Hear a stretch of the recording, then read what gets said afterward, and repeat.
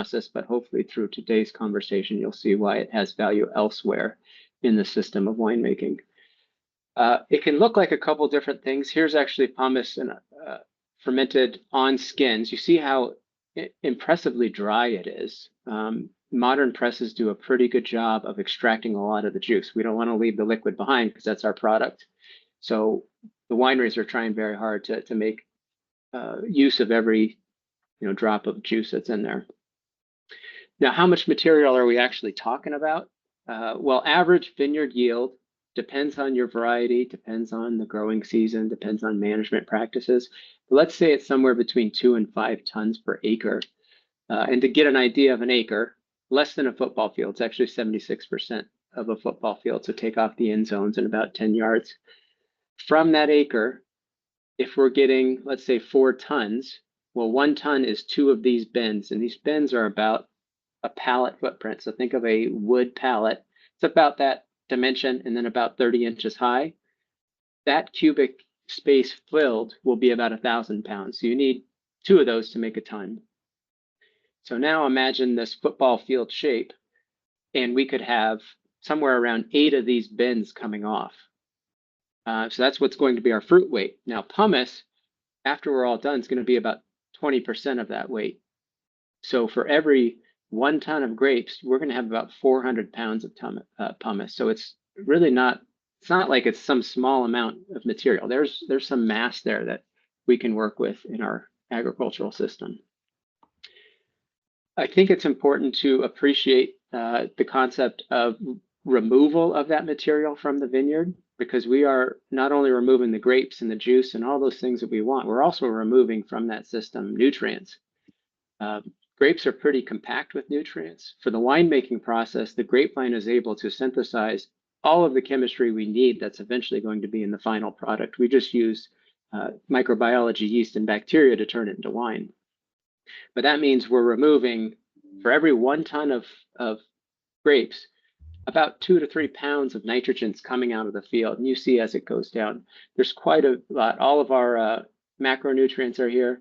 The micronutrients aren't so much, but if we have 4 tons coming off the field, it might be 10 pounds of nitrogen that are being removed from that field. Now, that nitrogen plays an important part in fermentation, which is a conversation for another day, but I think it's important to understand we're removing something there.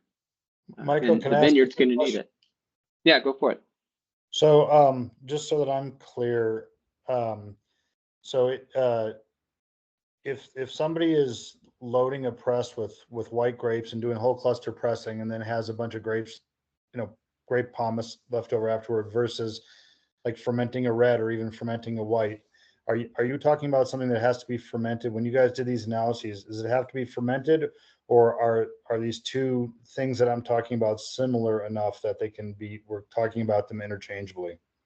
Yeah, good question. So this is nutrients at harvest. So this is not post-harvest. So you're getting into some points I'm going to make here, in that sometimes pumice is pre-fermentation, sometimes it's post-fermentation.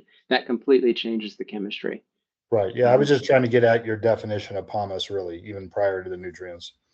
Consider this at harvest. Okay.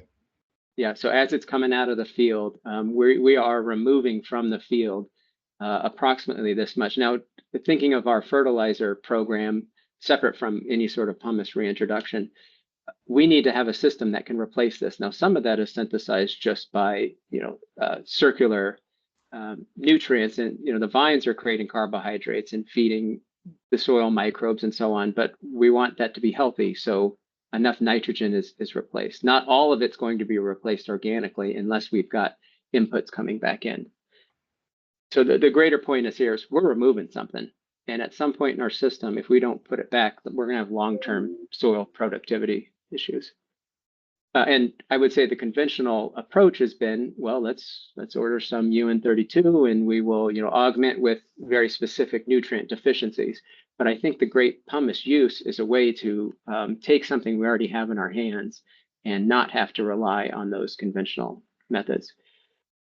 Here's wine chemistry, juice chemistry to set the framework for what wine juice looks like. 25% sugar, quite, somewhere around 20 to 25% sugar almost a quarter of it's sugar. A lot of it's water. Now remember, we're going to press this, and these two pieces of the pie are going to go turn into be our wine. However, take a look at our pH. Nice low pH. It's one of the reasons why wine can be such a stable product. It's microbially stable because of the low pH. There's also organic acids there. Note this potassium. Potassium helps transport sugars from the leaves into the clusters. So kind of the downstream end product, the last place the potassium ends up is in the clusters, because that's where the grapes are amassing all this sugar. So that means our pumice is also going to be rich in potassium, which is something to consider. To Eric's point, if it is juice coming straight off the field, we're going to have a high amount of nitrogen. Now, if it is post-fermentation, anticipate much of this has gone away. So let's kind of distinguish between white wine processing and red wine processing, because it's going to change what our pumice looks like entirely.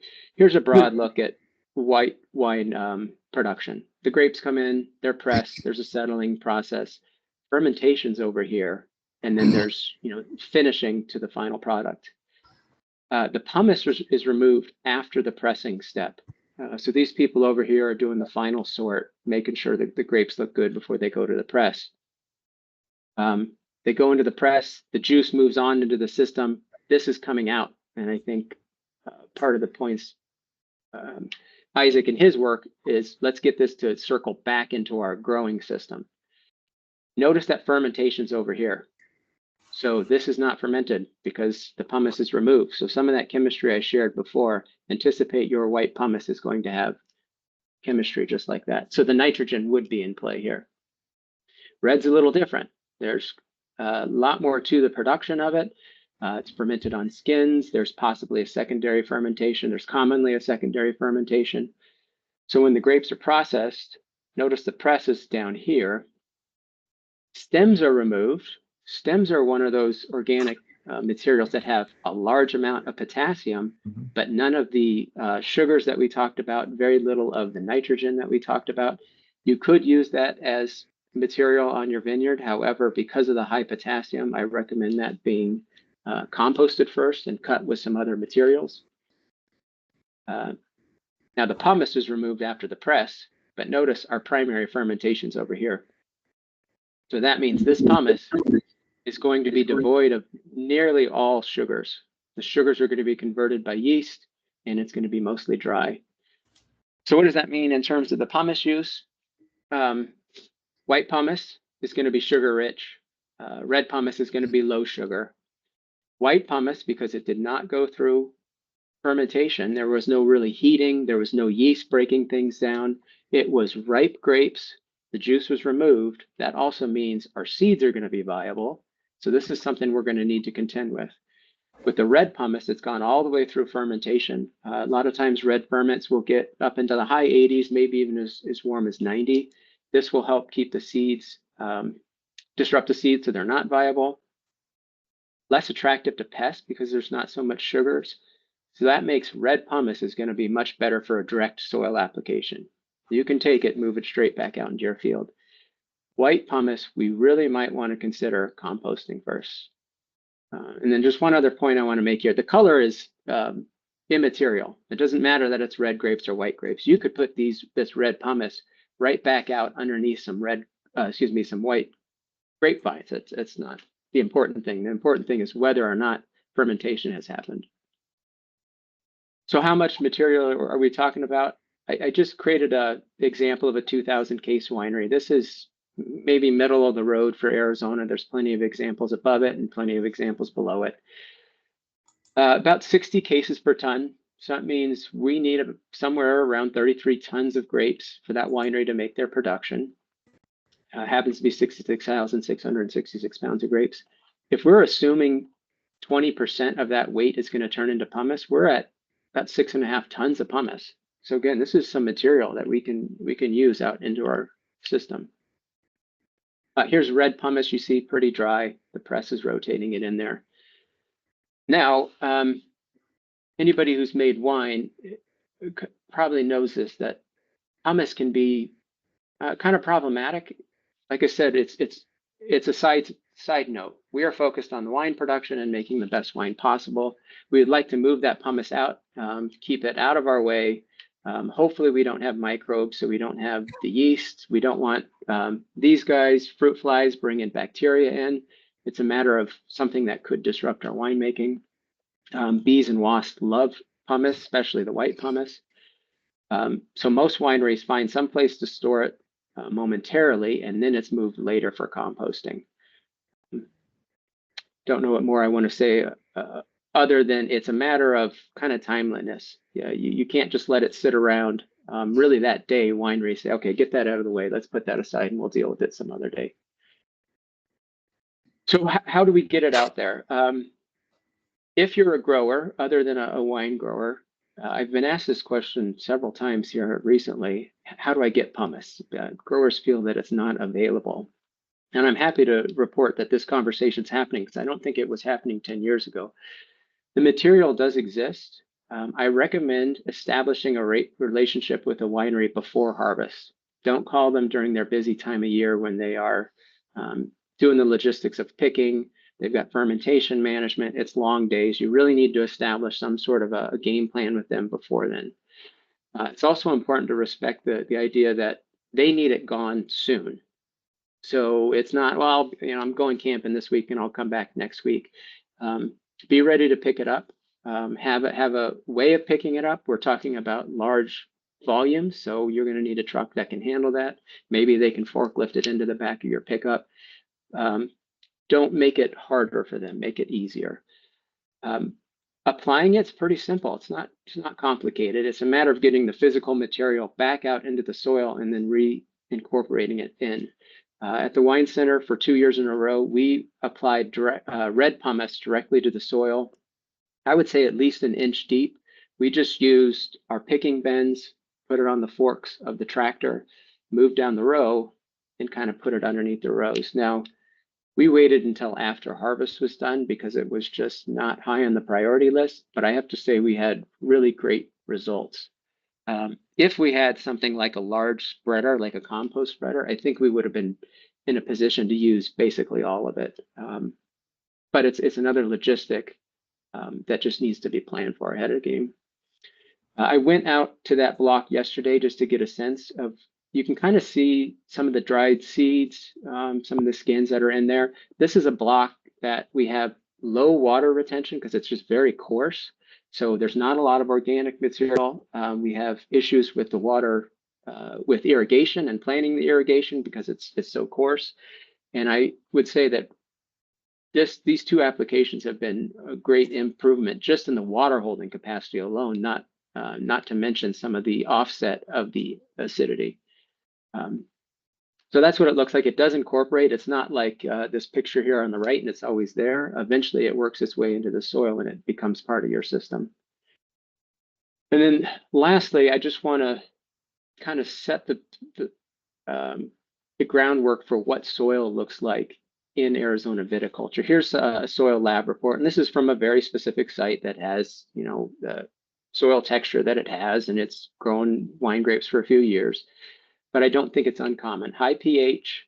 What's interesting here is your EC, which is your not only the amount of your salts, but the availability of your salts, like your calcium and magnesium and sodium. It's actually low because of this high pH.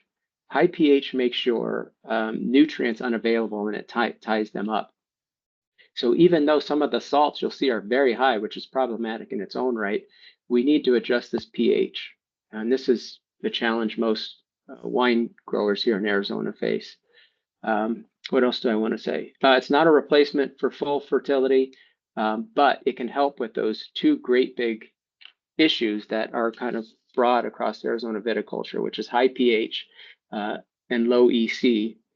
And then it can also help with water retention, which being in Arizona in an arid climate, we need to be able to utilize the water the best we can. So if you're growing in a very sandy place that doesn't have a lot of organic material, I think this could be a pretty helpful way to improve your soils. I think that's my last slide. Did that bring any thoughts to mind for you guys? Yeah, that's great. I think we'll just go through it and then we'll keep the questions to the end so we can discuss them together if that works for folks as well. Yeah, so I think that was Mike, thank you very much. That was a very good overview of the whole logistic and challenges that are faced there and how we can do that. I'll just zoom in into the case study that we did on using it in the field. And then we'll see how things look there. Yeah, so why that? Currently, I'm with Circular Planet Institute, and our focus is on circular regenerative agricultural practices. And so this fits much into that approach, which is why I connected with Mike to see if we could do this together since that work has been done already. And yeah, so basically our focus is on scientific innovations and combining circularity and then regeneration as a holistic approach instead of just looking at the individual items. Yeah, so when you look at it in this context, some work like we're doing right now is what is going to feed into most of the work that we are doing. Yeah, so why are we even talking about this? When we look at our food evolutions, we came from hunting and gathering, and now the most common word you hear within the farming system is regenerative agriculture. But the question still remains if regenerative agriculture is actually the only stuff that we need. There are still a lot of loopholes within the regenerative agriculture that it's not, for example, closing the loops, leakages like waste systems within this agricultural system that should be closed off. That is still a challenge that we have to look at, which is why when you look at circularity, combining it with the regeneration approach, it looks much reasonable to some extent that we are able to utilize waste streams that are applicable in agricultural systems to be able to minimize waste into the environment and also minimize how much input that we are using on our farms as well. Yeah, so when you look at these three approaches, you see that there are clear distinctions and the unique opportunities that exist between each one of them as well. Yeah, so Michael already talked a lot about this, so I'll skip it. When we look at this publication that is out this year, and you can see that it's not so much work that has been done in the Grape Pomace use in the as a soil amendment as well. I looked into literature since this work was published, and yeah, this scientific review, when they did it, it was only our work that we did there that was listed as one of the publications that is actually using it as a fertilizer soil amendment. Yeah, so these are various uses of the Grape Pomace that you can see on the screen that has been published scientifically, that you can see how this material is utilized widely. It actually has a very broad use to some extent. It's just that using it back within the agricultural context as a soil amendment is what we have not done so much so far. Yeah, so how do we look at this approach? It all starts with exploration. When I joined the team there, when I look around, like Michael was speaking, most of the time you see pH was very high of a problem for farmers. Soil organic matter was it. Yeah, so the curiosity that came to mind, is there anything available that can be, and most of the farmers was also leaning towards organic systems and will prefer, if they can have some organic approaches, they'll prefer that. Yeah, so that curiosity led me to actually visited, it was Don at Alcantara that I actually visited and asked him, what do you use, like when you make the wine? That was actually my first encounter of wine making. When you make your wine, like what do you use there? Do you have any byproduct? What do you use it for? So he took me, if you look into the circle there, he took me to where they kind of damp it. And then I say, yeah, kind of a good amount of material, like Michael was showing. So I picked samples of it with my truck, and then I went in, grinded them. The first thing was to test to see what the pH and all these things were. And then I saw that the pH was very low, and I saw the nutrient content, as Michael was also showing, was also very high. And so I tried a pot experiment to see if I mix this thing direct with soil, how is it going to affect the soil pH? Can seeds actually germinate in it in the first place? So I did it with corn, as you can see here, and then I also did it with wheat as well. And then Javelina Leap also spread it half of their field. And yeah, so all this together just came out as a very good case study that we were able to get out there.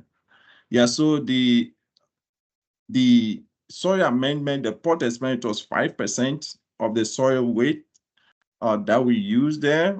The more you increase, it reduces further, but it doesn't really reduce as much as the 5% reduces. Yeah, so target at 5% as the best option to use there. Yeah, so the case study, this is from Javelina Leap, close to Eric there. And this was, I was there when they heard I was doing this work.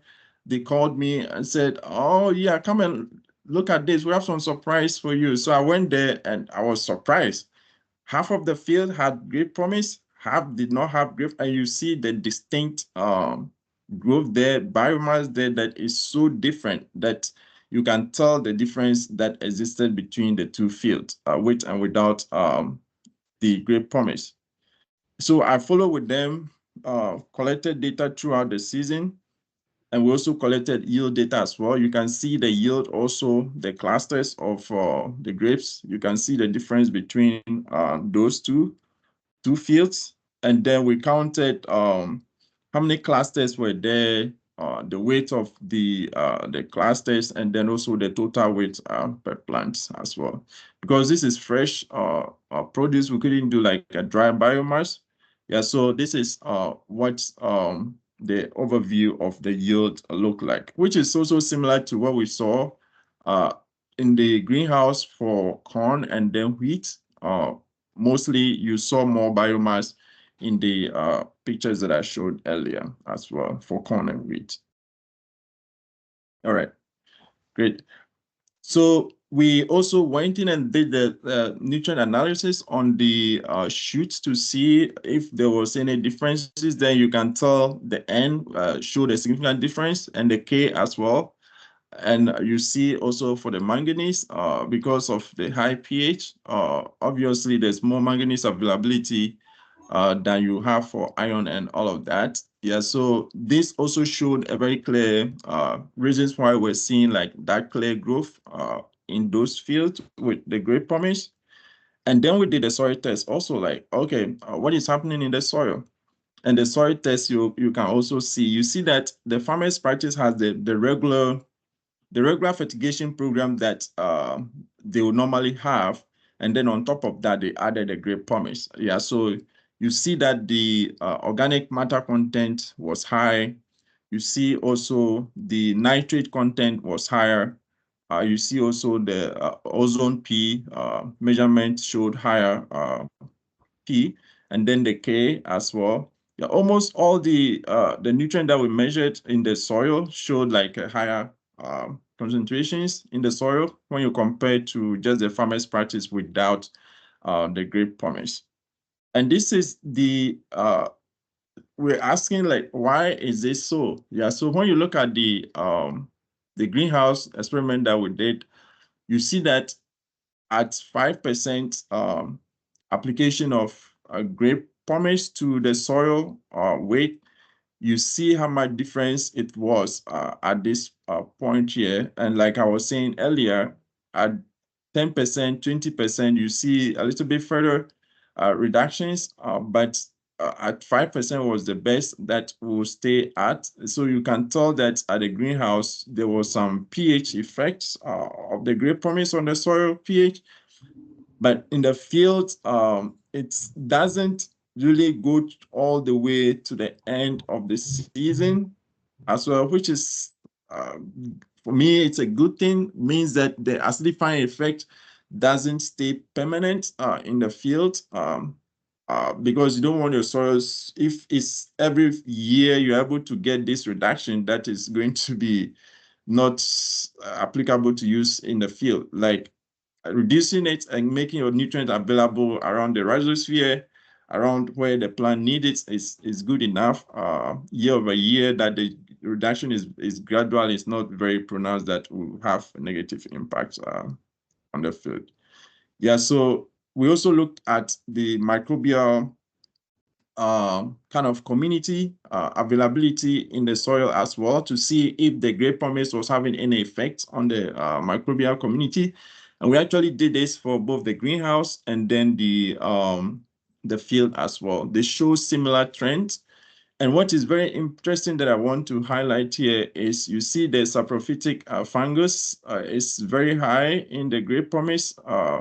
They are in charge of breaking down organic material and all of that. So it's not surprising that they are very high there.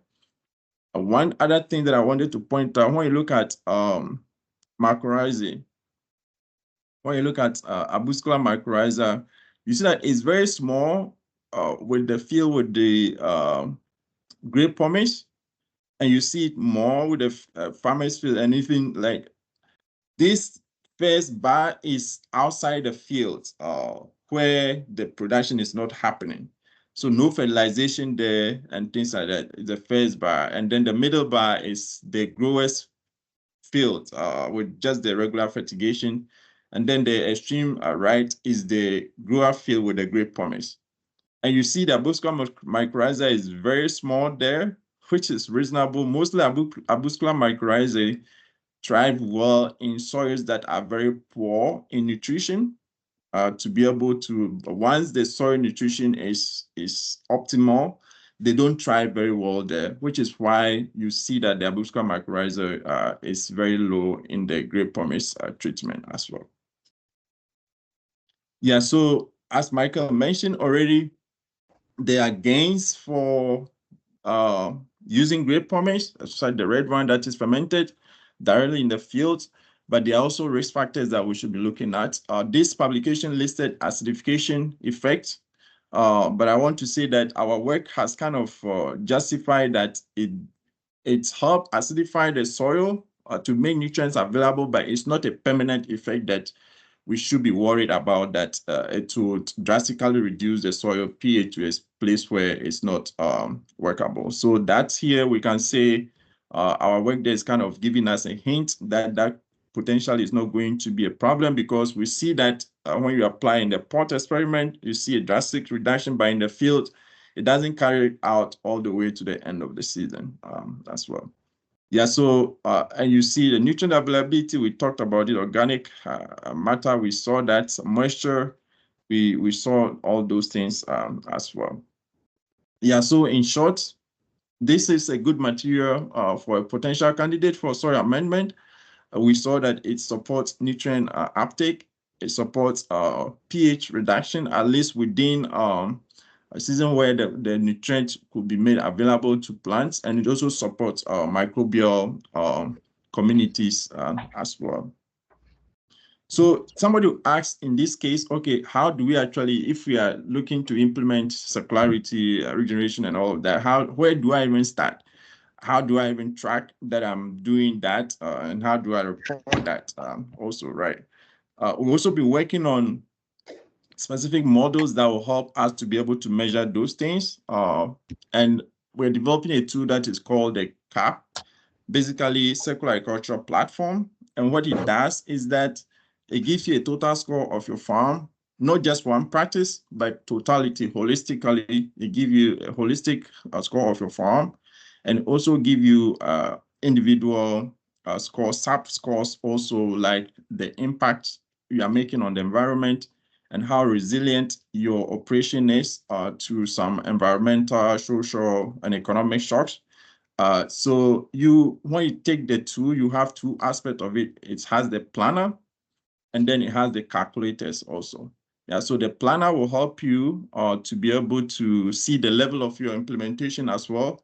At what level are you implementing circularity? Is it at the farm level, community, state, countrywide, and all of that?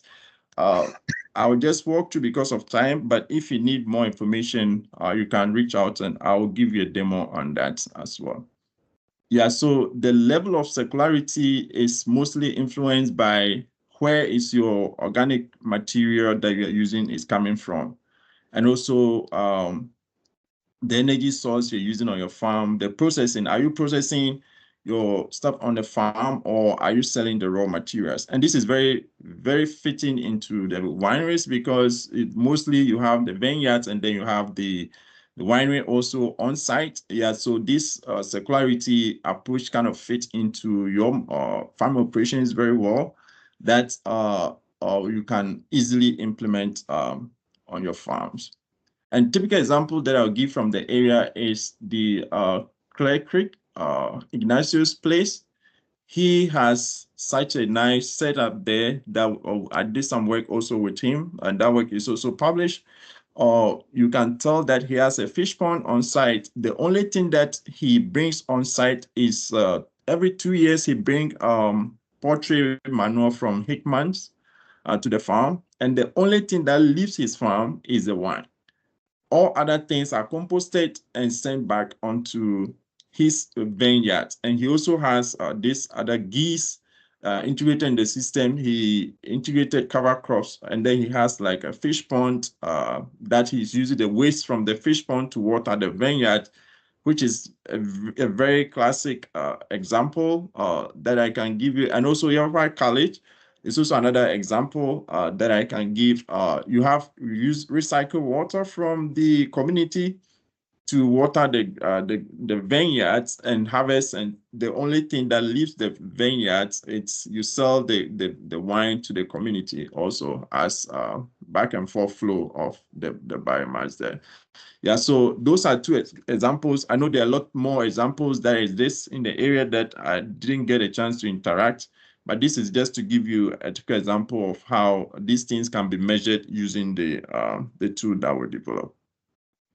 Yeah, so the tool can rank your farm, whether it is a conventional farm, regenerative farm, or a circular regenerative farm. So when you enter the assessment, it's able to, based on the activities that you do on your farm, it's able to rank you and put you within one of these three categories as well. The flow is different. It's simple. You just fill like a form. AI engine scores it and then give you a dashboard. If you want the data to be verified, so you get a certificate, that's also possible.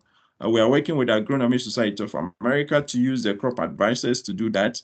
Yeah, so if you want a certificate to show that, okay, your farm is circular regenerative or is regenerative, that can also be worked out as well. And why should a farmer want to have something like this? Just for record keeping, it keeps you have everything in one place where you can see the performance of your whole farm in totality year over year. And then you can also see how you are impacting the environment as well, and see in totality how the circulation of biomass also supports your return on investment as well. And also when you're doing crop insurance, probably this could also be a way to have your argument that, okay, you have low risks because of the practices that you're putting in place to potentially get lower premium for your farm as well. And for extension folks like Michael can use it to actually engage with all of you that he's working with, because once you fill it out, you can share your information with Michael. And so, Michael, this is what's the format of my farm is. Any recommendation for me? And then it becomes like a platform where you and Michael kind of interact, or whoever that you want to share that information with interact, for them to have visibility of your farm as well. Yeah, so in short, I'll end it here and then we'll zoom into the questions and discussions as well. So it's not just one way. See, end the slides.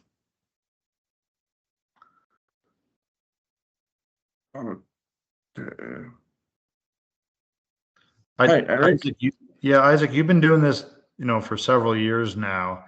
Do you have a single research site where you've been applying Pomace for more than a few years, or consistently? That is, remember the grants that we got before I left? That was supposed to be the particular work that does for us. And I think your location was one of them to do that, to see how year-over-year application affects the site. Yeah, so if you have some insight on that work that you can share, that would be very useful, because since I left, I've not been doing so much around it. I'm just coming back around it again to see where we can pick it from, right?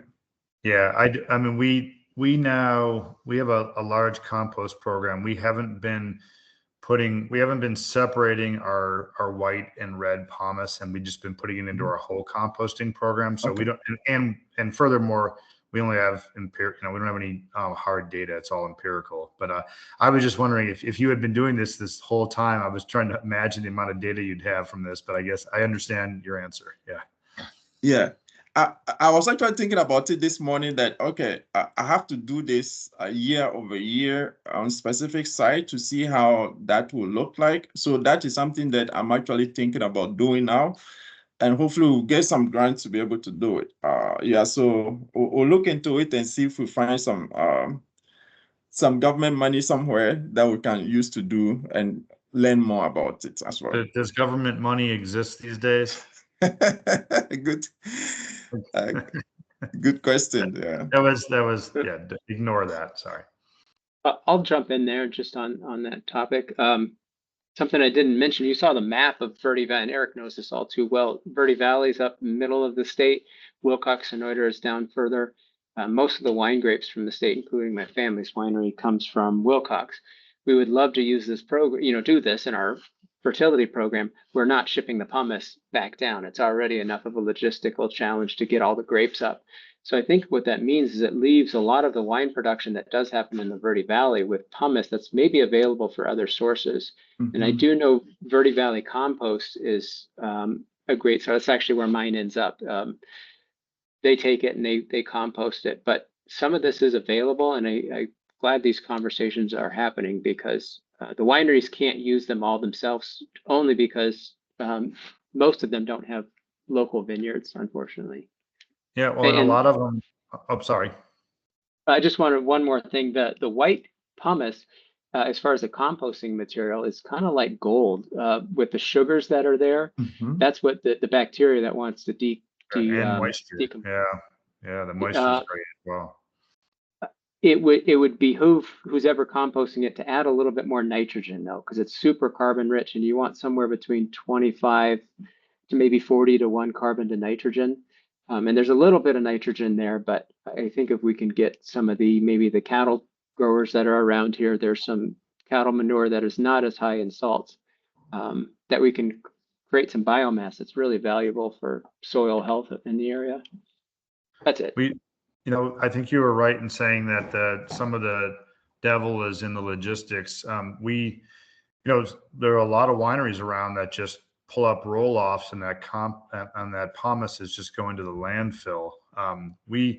It wasn't ultra successful because we ended up selling the vineyard we were moving into. We worked something out with Taylor Waste, where they were bringing the roll-offs from Arizona Stronghold over to our composting site, and we were getting a huge number of yards of compost. And then when that kind of went away and our site changed and we couldn't get them in there anymore, we explored buying a couple dump trailers and being able to swap them in and out at wineries around here, because again, most of this is just being thrown away, and it's really a shame. But some of those logistical challenges, and to your point too, Michael, we work with Compost Crowd, and we bring in all the I don't know if you're familiar with those guys, but they do municipal compost collection at restaurants. They're a private firm, but they do pick up at restaurants and homes in Flagstaff and Sedona primarily. And so they bring all of these kitchen scraps to our place,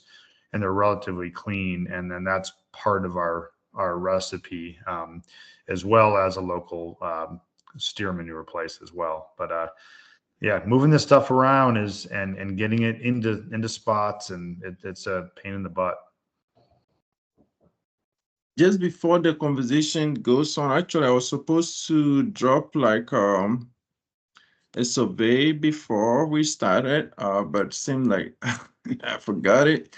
So if you can just, I think Caitlin is here from Prescott Farmers Market, and I know you've been doing some composting as well. If you want to chime in and see how this could also be an opportunity for you and the team there, you are welcome to do so as well. Not putting you on the spot, but just in case.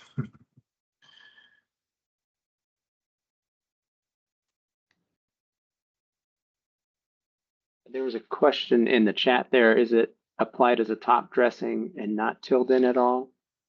Yes, it was a top dressing, and it also kind of serve as a mulch as well. Yeah, so the water conservation aspect is also probably adding to that benefit that we saw there as well.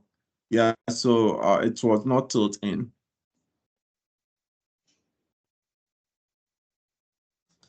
I have a question, if that's okay. Yep. So while we're on the topic of diversion and composting, I'm a worm farmer. Have you guys had any experience with utilizing the pulp as a, I guess, feedstock or bedding for worms? I mean, I just asked that because I'm hearing that it's hard to move it around.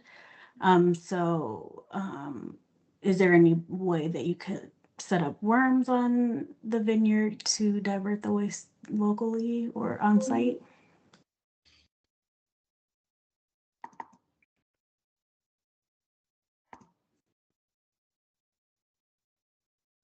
That's a good question. Michael or Eric, any of the wine growers here, do you see that as an option? I imagine it's similar to having a compost pile, right? Yeah, I'm not super well versed on vermiculture, so I'm going to defer to somebody else here. Yeah, I don't have any experience doing any of that either. Maybe something to help set the tone of where we put it and why it's just top dressed. In viticulture, right underneath the rows, there's a strip that we like to keep mostly free of anything. Even though we do like cover crops and we like to cover our soil, where we put the water is right underneath the trellising, and that's typically kind of a band of just open dirt. And by having this pumice able to kind of serve as a mulch, it serves multiple purposes, including adding this organic material and lowering the pH and so on. So it kind of fits into kind of putting it into that band that's in most of the management approaches. It's not something that's commonly broadcast across all of the vineyard. It's usually just right underneath the trellis.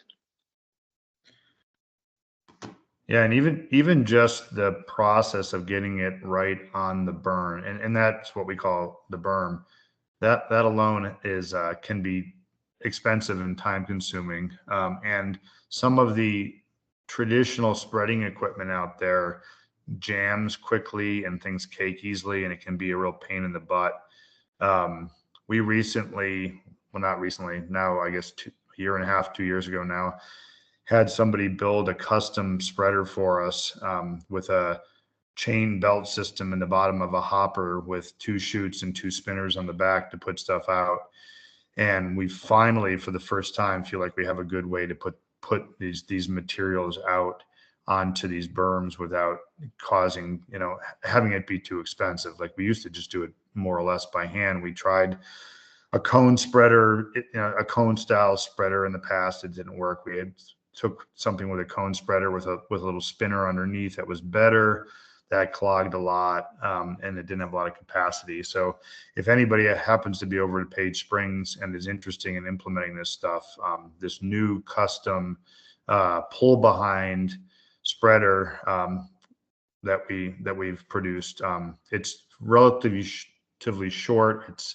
But it's kind of a little on the tall side, maybe a little top heavy, but we can fit a few yards in it, and it's worked out pretty well. It's actually going to pay for itself in only 2 years. So it's a big improvement for us because the deployment costs can be expensive.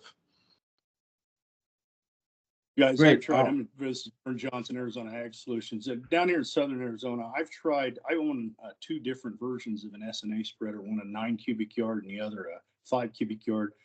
One with a chain and slatted belt in it, and the other one with a rubberized belt. And uncomposted pumice, I've tried quite a few different times and tried some different things to get it out. And we haven't had very good success at all. I've tried blending it with other products, but I think that the truth of the matter here is that when you want to try to get to the next level, and I'm doing this with quite a few of my grower clients right now. We're also doing it in the tree crops, but we're taking spent items. I'm taking some wood chips, and we're starting a composting, static pile composting, and we're going to try to get this down to a level of fines. And this isn't using any turning equipment. This is simply using either static piles or piles that we can manipulate with a front end loader and get them situated where we can get them the size of the SLN of this product to a point where it'll go out the back of the spreader. But I've made the call. We won't try to do any grape pumice spreading unless it's been composted, because the reality of being able to do it from a time standpoint is just unrealistic. But the value of this product, whether you put it in a static pile, you could either, now one of the other things I am doing with one group is we are running it through some Johnson Sioux reactors. That's going to be 6 or 8 months before we know the real true value of what's going on there. What is that, Vern, that you just said? Johnson what? Johnson Sioux reactor. Dr. Johnson at New Mexico State University, and his wife, who's of Asian descent, is the Sioux. So it's a Johnson-SU. Johnson Sioux reactors. I'm building them, manufacturing them, and running them down here to be able to build these out. Now, one of the things about a Johnson Sioux reactor, for those of you who don't know, there's a lot of different ways to do it. The way we do it is very, very specific. But one part in it is that once you go through thermophilic, the thermophilic phase is we're adding worms and we're making it into a hybrid vermicompost. That's part of the process. So we're able to get the particle size that we end up with can be pretty fine. We can run through a sieve and get it even better. But that's what we're going to try to do. And I'd be real interested to see how this comes out at the back of a Johnson Sioux, at the end of the Johnson Sioux process. I don't know of anybody who's done it. So we're trying it here. But the key in this is taking this great pumice that there is now and investing some time into it. It's not expensive time by any means, but it's time into it to get it broke down so it can be put out. And that's been our experience here. Great, that's good insight to share. Right, those are the logistical challenges. Like for us, the researchers will always do, oh, this is pretty to show, right? But sometimes we forget about the reality that growers are facing, which is why this conversation is important, right? We do it, we bring it, and then we discuss the logistics. And then, like, if someone has used it, like Johnson, you're sharing right now, we get some learnings from it and see what's the best way we can look at it if we need to apply it, right? Yeah, so there's also very, very interesting, Michael, that you were talking about the quantities of which from a ton of fruit to what you're ending up with pumice.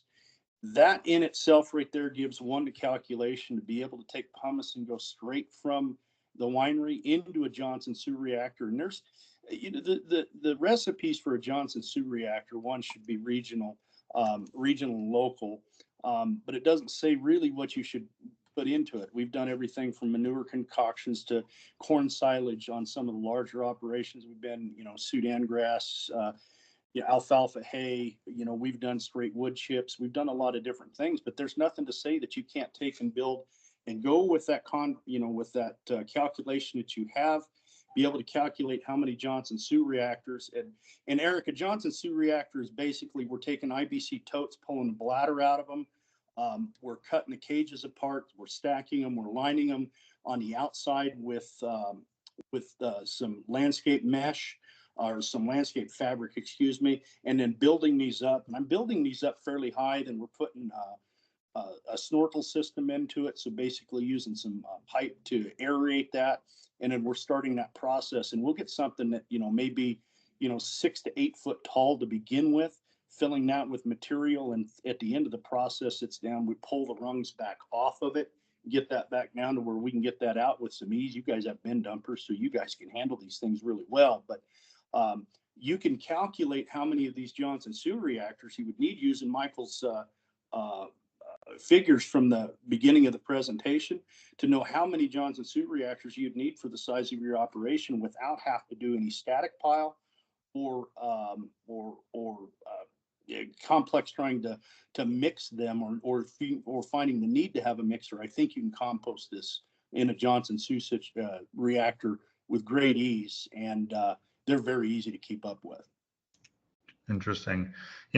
Isaac, one of the things, so we've been composting as well, just with big, with, like Vern was saying earlier, with front loading equipment and such. But the finished compost, because, it's a different recipe than putting straight fermented red pomace on the ground, has a radically different pH. And one of the things that I've found compelling about the raw fermented red pomace for a while is its acid content and ability to affect the pH in a positive way. And it seems like, because I think about this and I put so much energy into creating this compost, it does kind of make me wonder if I could just, if it would be just as effective, obviously probably have different effects if we're just putting it out straight and not investing all the time and effort in composting it. So, that, to me, that's kind of maybe the silver lining of this whole thing is if we can get that out simply, which I think this new spreader I have could, do I skip a huge amount of labor composting? Yeah. So. Yeah, that's a good point raised, right? And that when we did the publication, that was actually the problem we're trying to solve, right? When you look at the labor involved in composting, and also the time consuming in composting, that was the question that we raised. Like, okay, this is always in literature, what we know, it's always composted before use, but can we actually use it without composting to get the benefit that comes out of it? And that was the reason for the test. And as we all saw through the fermentation process, it reduces the pathogen kind of issues that we may be having, like compared to the white one. Yeah, so if you're able to separate the red and just put it out by itself, put the whites into our composting program. Yeah. You get it. And Vern, I just looked that up real quick. Okay, that's really interesting. So that's a fungal dominated ecosystem you're creating there versus a bacterial decomposition, because you're keeping it so aerated. That's really interesting. Yeah, and that is actually true, right? When you look at the here, well, I guess you can't really see, but I've invested a lot of money in a microscope, and that's the next best thing. I mean, you've got to have access to is a microscope to take a look at this compost. I've got miles and miles of video footage of looking and pictures and looking at this stuff that we're getting. But when you have the ability to compost it like that, and especially using a Johnson Sioux, you will get bacterial, you will get fungal, the opportunity. And it's not a sure thing, but an opportunity for fungal dominance, as long as you specifically work with some of your regional wood species that you have. Your neighbors up there that I'm working with, they've got a Johnson Sioux reactor going, and I'll tell you what, they've built in your backyard, built some of the best product I've ever seen. Who's that? Elliot at DA. At the DA. Is I've got them started on, and they've got through their first one, and that material that they made out of that was really top notch. Cool. Yeah, so a quick one. Please fill out the surveys for us. Just click on the link below. And then, there are two links. The one was supposed to be the earlier one, and then the second one will be like the ending session one. So we see, we put all of this discussion into kind of one place for myself and Michael. So when we are looking at this, we know what the growers are looking out for. So he understand like the approach that he need to use to get out there as well. Yeah, so just to confirm Johnson's point, you see that the finding that I showed also, you saw the saprophytic fungus was more dominant in that soil samples that we did versus the farmers field without the Grape Pomace as well, and that is just highlighting, confirming what you are seeing, the approach that you're also using as well. So whether you use it direct in the field or go through the process that you're going through, seems like it's all kind of encouraging the fungus community. Yeah. We want to get to the point where we can stop making synthetic phosphorus additions to these soils. Saprophytic fungi, building that in our soil profile is the number one way that we're going to be able to do that. And I've seen great results where we've been able to do that and minimized, me coming from a retail side and now being an independent, I've still decreased my recommendations for phosphorus inputs drastically. And a lot of that has to do with over the last few years of increasing fungal dominance in the soil, and saprophytic fungi, building that in the soil is the number one way we're going to eliminate that input. And most of our soils have enough. This will unlock it. Yeah, great. I think we are on top of the hour here. The conversation is getting more interesting, right? I've got to get running. Isaac, great seeing you again, man. Thank you very much. You Yeah, too, so Vern. if you need any additional information about the CAP circular agriculture platform, reach out. I'll be willing to do a demo for you to see. Maybe Johnson, the work that you're doing may be very useful for that as well. So if anybody wants to reach out to me, that's one of the things that we're doing here is trying to help growers create their Johnson sewer reactors and build that soil biology here. So if anybody has any interest, please reach out. We'd love to be able to help you out. That's awesome. Michael, any final thoughts from you? No, thank you. I think this is a very encouraging conversation to have happen. And the wineries do want to see this get used. Just as I had mentioned, it's not always their focus. So it's not as if there's a reluctance to do it. It's just a matter of the logistics of doing it. I wish we could use all of the pomace we have. It's just our winery is 300 miles from our vineyard. So it's an opportunity maybe for somebody else. Or maybe somebody to establish that line of fertilizer there and utilize all the waste to produce fertilizer there for everyone to use. Okay. That's it. So with that, thank you to everyone.